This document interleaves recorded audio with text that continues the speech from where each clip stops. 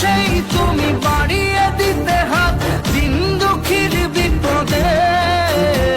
মামাটি মানুষের সবুজে সকাল এলো তোমার জনজীবন শপথে। অতিষ্ঠ হয়ে পড়েছে, তখন আমরা লাল সবুজিয়ানরা নিয়েছি মানুষের পাশে দাঁড়ানোর উদ্যোগ। প্রতি বছরই আমরা এই কাজটি করে থাকি। তো আমাদের আজকের ইভেন্ট শুরু হওয়ার কথা ছিল 9টায়, কিন্তু আমাদের বাসায় যেহেতু কারেন্ট ছিল না, পানি নেই, যার কারণে আমার বের হতে অনেক বেশি লেট হয়ে যায়। আমি 9:23-এর দিকে বাসা থেকে বের হই, আর এসে সাথে সাথে বাস পেয়ে যায়। আর উঠে দেখে রাস্তাটা একদম ফাঁকা, তাই অনেক তাড়াতাড়ি পৌঁছে গিয়েছিল। আর এই তীব্র গরমে আমরা বাসায় থেকে অতিষ্ঠ হয়ে উঠেছে। একবার ভাবুন তো, যারা রাস্তায় কাজ করে, অসহায় মানুষ, রিক্সা চালক, ভ্যান চালক কিংবা দিনমজুর যারা আছে, ওদের কি অবস্থা হয়? ওরা কি পারে আমাদের মতন একটু স্বস্তির নিঃশ্বাস নিতে বা এক গ্লাস ঠান্ডা শরবত কিনে খেতে? হয়তো অনেকের ক্ষেত্রে সম্ভব হয় না। তো তাদের নিয়ে আমাদের আজকের ইভেন্ট। আমার আজকের ইভেন্টের নাম ছিল তৃষ্ণা মিঠাই।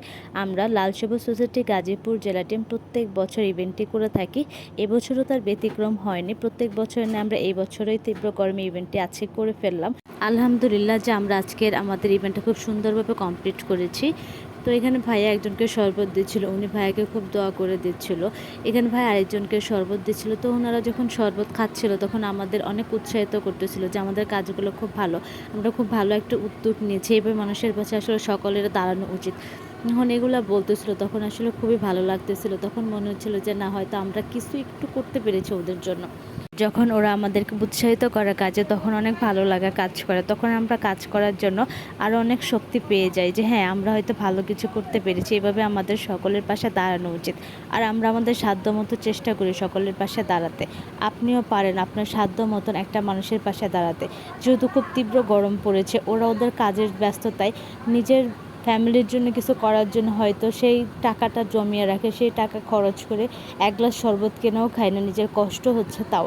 তো আমরা যদি একটু চেষ্টা করি, হয়তো অল্প কিছু দিয়েও আমরা ওদেরকে সাহায্য করতে পারবো। তো আজকের ইভেন্ট ছিল এই পর্যন্ত। ইভেন্ট শেষ করে আমরাও একটু শরবত খেয়ে নিচ্ছিলাম। শরবত খেয়ে সবাই সবার জিনিসগুলো গুছিয়ে নিচ্ছিলাম। আর তখন ভাইয়া শরবত খেয়ে আমাকে দিচ্ছিল খাওয়ার জন্য। যেহেতু আমি সকালে নাস্তা করে আসিনি, তাই আমি শরবতটা খাইনি। তারপর আমরা বের হয়ে গেলাম। আর ভাইয়াদেরকে পাই বলে আমি আমার বাসায় আসার জন্য বাসে উঠে গেলাম। তো আমি এই সবুজ প্রকৃতি দেখতে দেখতে আমার বাড়ির উদ্দেশ্যে রওনা দিয়ে দিলাম। এটা হচ্ছে গাজীপুর ন্যাশনাল পার্ক এরিয়া।